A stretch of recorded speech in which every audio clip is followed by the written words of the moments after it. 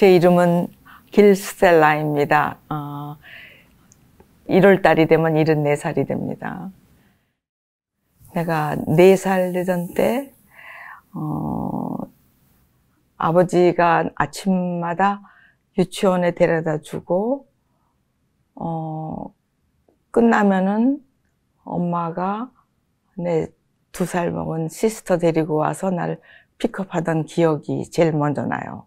그리고 끝나고 나면은 나만 남아서 피아노 레슨을 해야 되는 게 굉장히 싫었었어요.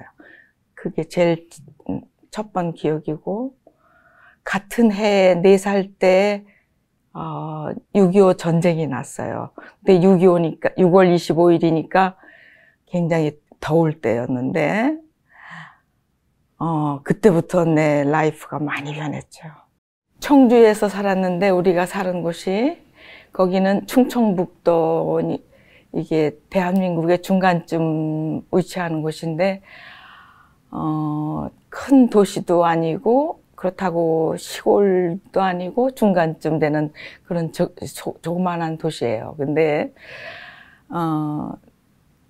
피난을 가야 됐다고, 식구들이. 근데 아버지, 또 남자들, 젊은 사람들은 전부 미리 피신을 해야 돼요. 왜냐면은 전부 아미로 뽑혀가니까 다들 미리 가서 숨 먹고, 우리 가족들만, 이제 할머니, 할아버지, 이제 우리 아이들, 엄마, 이제 이런 사람들만, 이제 빅 패밀리만 이제 피난을 가는데, 그때 입은 도구까지 데리고 이제 전부 가는데 아무것도 가져갈 수가 없었어요. 제일 중요한 것은 라이스, 쌀을 가지고 가야만 당장 끓여 먹어야 되니까.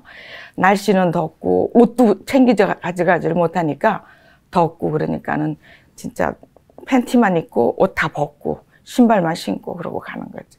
그렇게 갔었어요. 미군 그 폭격기 비행기가 이게 맘을 터뜨리러 올 때는 이 로우로 내려오기 때문에 소리가 굉장히 시끄럽다고. 그러면 길에 사람들이, 피난민들이 많이 가면요, 폭격을 팍 하는데, 그러면 얼른 피해서 도망을 가야 된다고. 그래서 아무 집이나 그냥 들어가야 돼. 그러면 거긴 다 빈 집이야. 사람들이 피난을 가기 때문에 집을 다 비워놨기 때문에. 그러면 들어가 보면은 안방에 큰 블랑켓을 이렇게 펴놔요.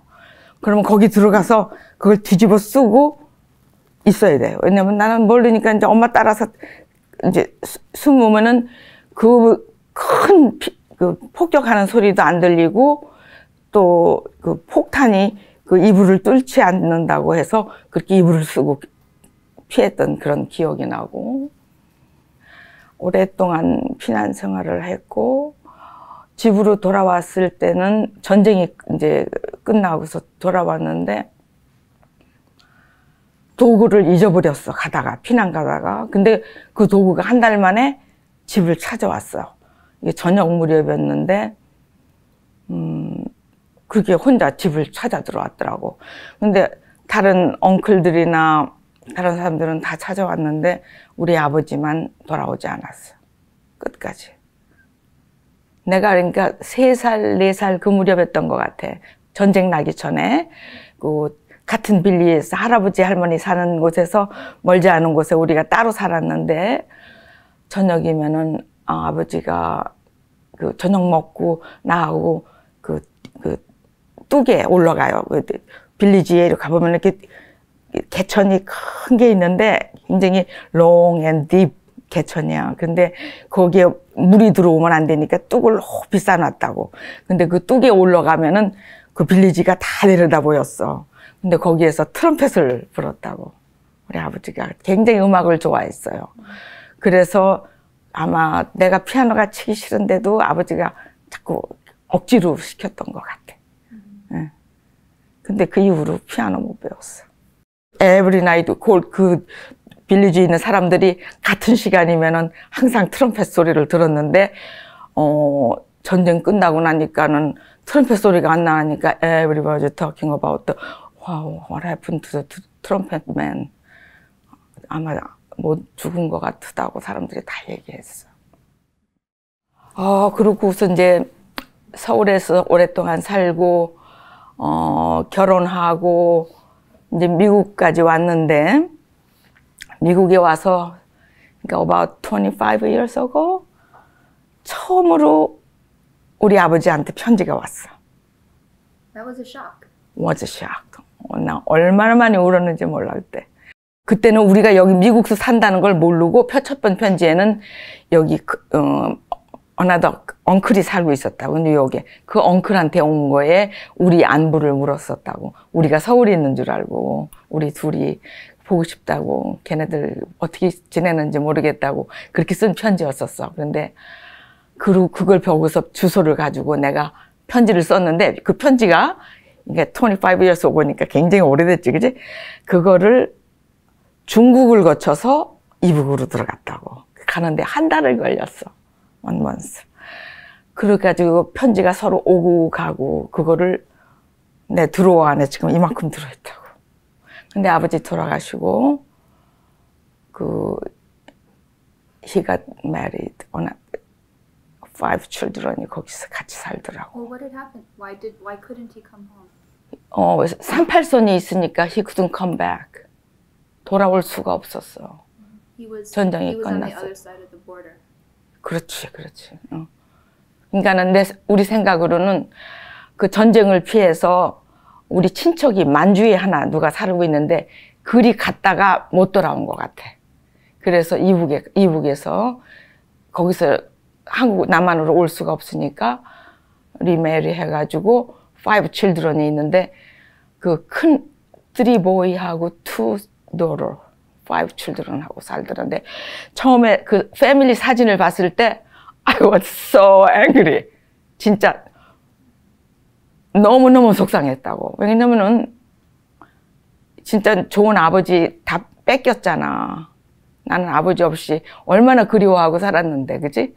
근데 다른 애들을 낳고 5을 낳고 살고 있더라고. 근데 걔네들은 내 아버지를 독차지하고 걔네들은 행복하게 살았잖아. 걔네들은 전부 진짜 뮤직을 했더라고. 첼로도 했고, 피아노도 쳤고,